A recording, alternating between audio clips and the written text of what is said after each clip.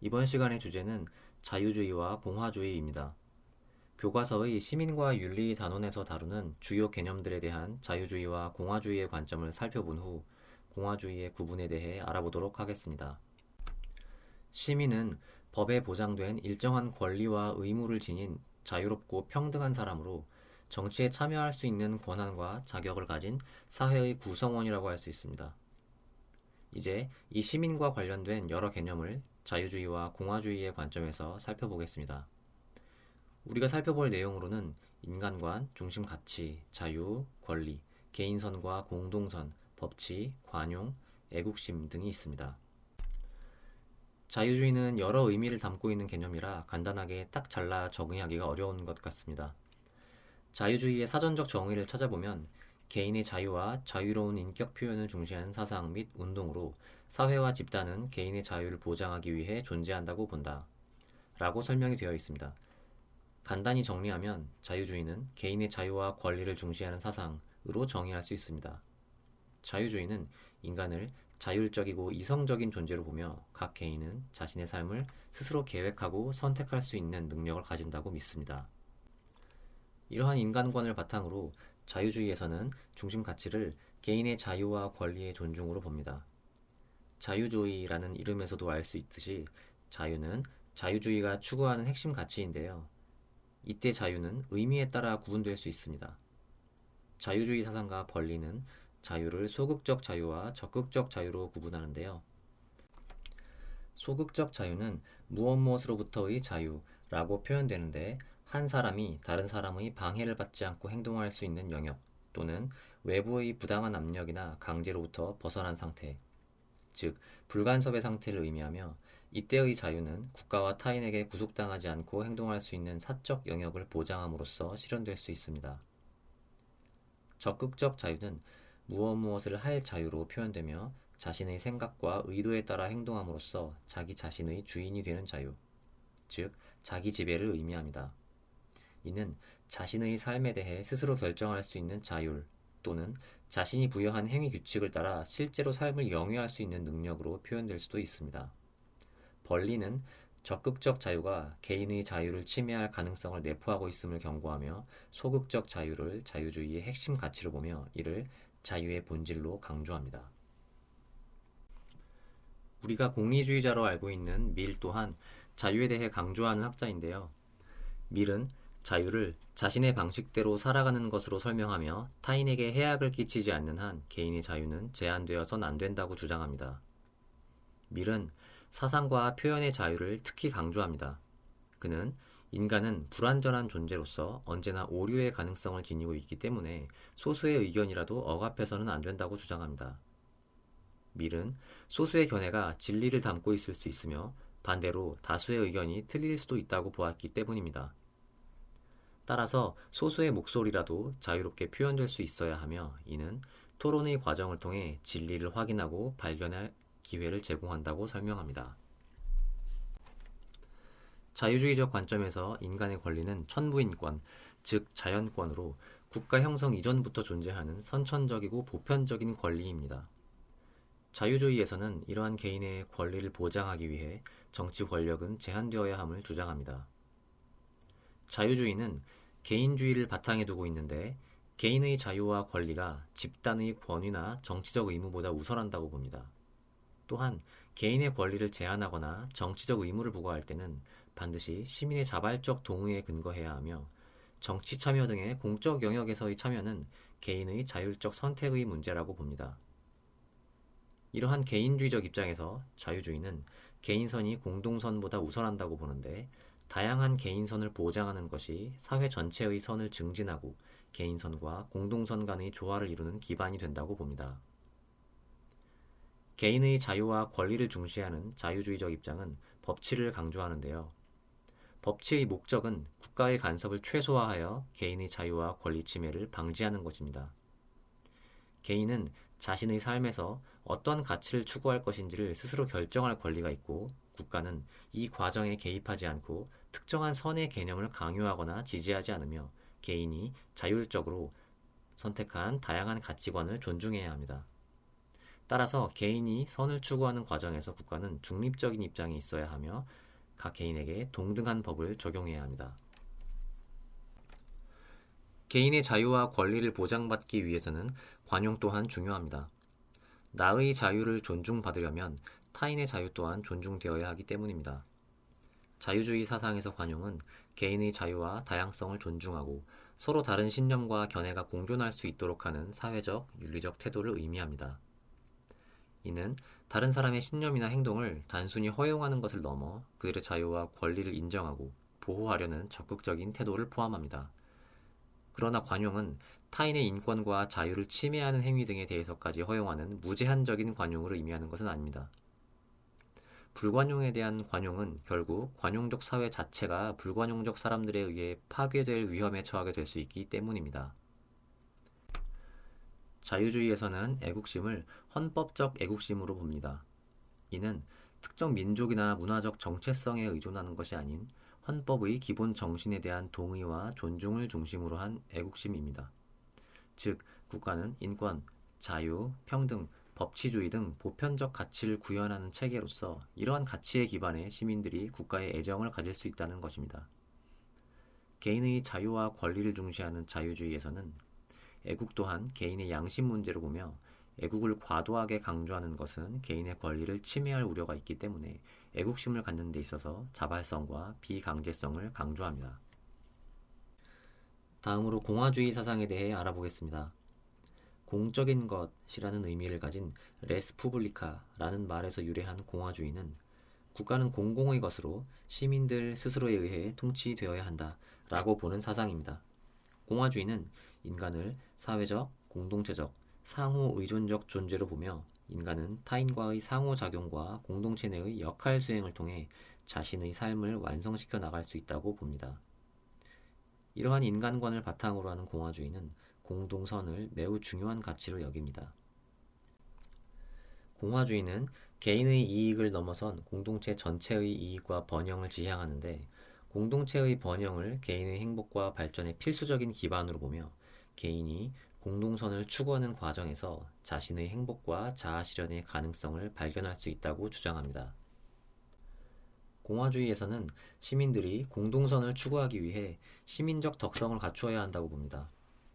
여기서 시민적 덕성이란 공동선에 대한 존중을 바탕으로 공적 책무에 적극적으로 참여하는 의식과 태도를 말합니다. 시민들이 시민적 덕성을 갖추려면 국가의 적극적인 시민 교육과 지도자들이 시민적 덕성을 모범적으로 실천하는 것이 중요합니다. 공화주의에서도 자유는 중요하게 여겨지는데요. 공화주의적 자유는 소극적 자유와 적극적 자유와는 차이가 있습니다. 공화주의에서 강조하는 자유는 비지배적 자유로 이는 타인의 자의적 지배가 없는 상태를 의미합니다. 비지배적 자유와 소극적 자유의 차이는 주인과 노예의 예시를 통해 생각해 볼 수 있습니다. 소극적 자유는 간섭이 없는 상태를 의미하는데 어떤 주인과 노예가 있을 때 주인이 관대해서 노예가 하고 싶은 일을 할 수 있다면 이 경우 노예는 소극적 자유를 가진 것처럼 보입니다. 주인이 간섭하지 않기 때문이죠. 하지만 이 노예는 주인이 관대하게 행동하더라도 여전히 주인의 지배하에 있습니다. 언제라도 노예의 삶은 주인의 권력에 의해 통제될 가능성이 있기 때문입니다. 공화주의의 관점에서 이런 상태는 자유롭지 않습니다. 자유롭기 위해서는 주인이 없어야 합니다. 즉, 자의적인 간섭의 가능성, 지배받을 가능성도 없어야 한다고 보는 것입니다. 공화주의의 비지배적 자유의 관점에서 보면 간섭이 없는 부자유도 가능하고 법치를 바탕으로 한 간섭에 의한 자유도 가능합니다. 공화주의적 자유는 적극적 자유와도 차이가 있는데 타인의 자의적 지배가 없다 하더라도 그것이 적극적 자유에서 말하는 자신에 의한 지배까지 보장하지는 않기 때문입니다. 공화주의에서는 타인의 자의적 지배가 없는 비지배적 자유를 강조하며 타인의 자의적 지배는 곧 예속이라고 봅니다. 이러한 공화주의적 자유는 법치를 통해 실현되며 공화국의 시민은 시민의 참여로 만든 법에 복종함으로써 자유를 누릴 수 있으며 이를 통해 공동선도 실현할 수 있습니다.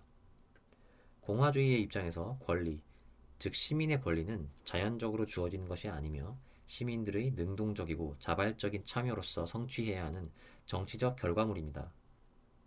쉽게 말하자면 우리가 투표를 하고 법을 만드는 과정에 참여하고 서로 토론하면서 규칙을 정해나가는 것이 바로 권리를 만들어가는 과정인데, 만약 시민들이 이러한 참여를 하지 않으면 권리도 사라질 위험이 있다는 뜻입니다. 공화주의의 자유는 법과 관습 등에 의해 보장되는 정치적 권리의 의미를 가지는데, 쉽게 말하자면 우리는 누구든 의견을 말할 수 있다라는 것을 법으로 정해놓으면 이 규칙이 우리를 보호해주기 때문에 우리가 자유롭게 말할 수 있다는 것입니다. 이러한 법과 규칙이 없다면 누군가 우리를 쉽게 억압하거나 우리의 의견을 막을 수도 있겠죠. 공화주의는 권력의 남용이 시민들의 자유를 위협할 수 있다고 보며, 따라서 정치 권력은 반드시 통제되어야 한다고 강조합니다. 이러한 통제는 시민들의 능동적 참여를 바탕으로 해야만 가능합니다. 공화주의에서는 개인의 권리와 이익, 즉 개인의 선도 가치 있게 여기지만 공동선, 그리고 이를 위한 시민의 정치적 의무를 우선시합니다. 이는 개인이 자신의 권리와 이익을 추구하더라도 그것이 공동체 전체의 이익과 조화를 이룰 때 비로소 진정한 가치를 갖는다는 의미로 볼 수 있습니다. 공동선은 말 그대로 모두의 이익과 번영을 의미합니다. 공화주의는 인간을 사회적 존재로 보고 개인과 공동체는 불가분의 관계에 있다고 봅니다. 즉, 개인의 행복과 발전은 공동체의 번영 없이 이루어질 수 없으며 개인의 선도 공동선을 통해서만 완전히 실현될 수 있다고 믿습니다. 공화주의에서 관용은 다양한 시민들이 서로 다른 의견과 가치를 조율하며 공적 토론에 참여하고 공동체의 협력과 통합을 통해 공동선을 실현하기 위한 필수적인 덕목입니다. 관용은 단순히 서로를 인정하는 것을 넘어 상대의 입장을 이해하고 함께 협력하려는 태도를 통해 공화주의적 사회의 안정과 발전을 가능하게 합니다. 공화주의적 애국심은 단순히 태어난 조국에 대한 자연적 감정이나 혈연, 지연, 전통 등에서 비롯된 민족적 동질성에 기반한 민족주의적 애국심이 아니라 정치적 공동체와 시민 동료들에 대한 대승적 사랑, 시민의 자유와 행복을 지켜주는 조국에 대한 인위적 열정, 자유와 정의가 확립된 조국에 대한 인위적 열정 등으로 정의됩니다. 여기서 조국이란 일반적으로 생각하는 태어난 장소의 의미가 아니며 우리의 자유와 행복을 보호해주는 정의로운 공화국의 의미를 갖고 있습니다. 이러한 애국심은 시민들의 실질적인 공적 삶에 대한 참여 경험을 통해 더욱 강화될 수 있습니다. 공화주의는 시민적 공화주의와 신로마 공화주의라는 두 가지 주요 전통으로 구분할 수 있습니다. 그런데 지금 이렇게 공화주의를 구분하는 것이 절대적인 구분은 아닙니다. 공화주의에 대한 다양한 구분과 해석이 있을 수 있다는 점은 참고하시면 좋겠습니다. 공동체주의라고 불리기도 하는 시민적 공화주의는 아리스토텔레스와 아테네 전통의 영향을 받아 발전했습니다. 아리스토텔레스는 인간을 정치적 동물로 정의하며 인간은 국가 안에서만 도덕적 존재로 살아갈 수 있고 정치적 공동체 내에서의 시민으로서 공공의 일에 적극적으로 참여하는 시민적 덕성을 발휘할 때 자기 실현과 행복을 이룰 수 있다고 보았습니다. 따라서 정치 참여는 그 자체로 목적이며 시민의 책무이자 자유의 행사로 간주됩니다. 정치 참여를 통해 개인은 덕성을 함양하고 윤리적 자기 실현을 이루며 정치적 인간으로서의 정체성을 완성합니다. 이러한 관점에서 개인의 권리나 이익보다 시민의 정치적 의무를 우선시하며 이러한 의무는 개인이 선택하거나 거부할 수 있는 것이 아닌 필연적인 책무로 여겨집니다. 이러한 시민적 공화주의의 성격이 지나치게 이상적이라는 점, 특정한 가치관의 강요를 함축하여 개인의 자유와 권리가 무시될 수 있다는 점, 이것이 현대사회의 다원주의와 양립할 수 없다는 점 등이 비판으로 제기되며 이러한 비판에 따라 하나의 대안으로 등장한 사상이 바로 신로마 공화주의입니다. 신로마 공화주의는 마키아벨리와 로마 전통의 영향을 받아 발전한 사상입니다. 신로마 공화주의는 개인의 자율성과 공동선의 조화를 추구하며 인간이 상호 의존적 존재라는 것은 인정하지만 본성적으로 사회적 정치적 존재라고 보지는 않습니다.